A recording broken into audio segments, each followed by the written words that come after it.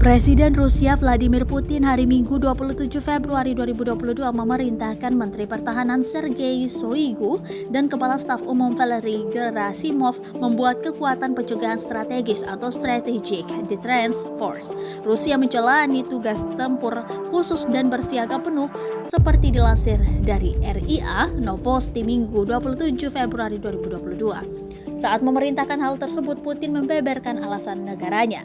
Negara-negara barat tidak hanya mengambil tindakan tidak bersahabat terhadap negara kita di bidang ekonomi. Maksud saya berupa sanksi yang tidak sah dan sangat disadari semua orang. Tetapi pejabat tinggi negara-negara NATO juga membuat pernyataan agresif terhadap negara kita.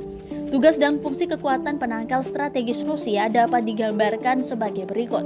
Seperti tertulis dalam makalah Mikhail Kofman dari Pusat Inisiatif Strategis Rusia, bagian dari pasukan Amerika Serikat Komando Eropa pada April 2020 lalu. Strategi Keamanan Nasional Rusia 2015 mendefinisikan pencegahan strategi sebagai serangkaian tindakan politik, militer, teknis militer, diplomatik, ekonomi, dan informasi yang saling terkait bertujuan untuk mencegah penggunaan kekuatan terhadap Rusia, mempertahankan kedaulatan, dan menjaga integritas teritorial. Kamus Istilah Militer Resmi Kementerian Pertahanan Rusia mendefinisikan pencegahan strategis sebagai sistem tindakan kekerasan secara militer dan non-kekerasan secara non-militer untuk menahan pihak lain dan penggunaan kekuatan terhadap Federasi Rusia terutama pada skala strategis.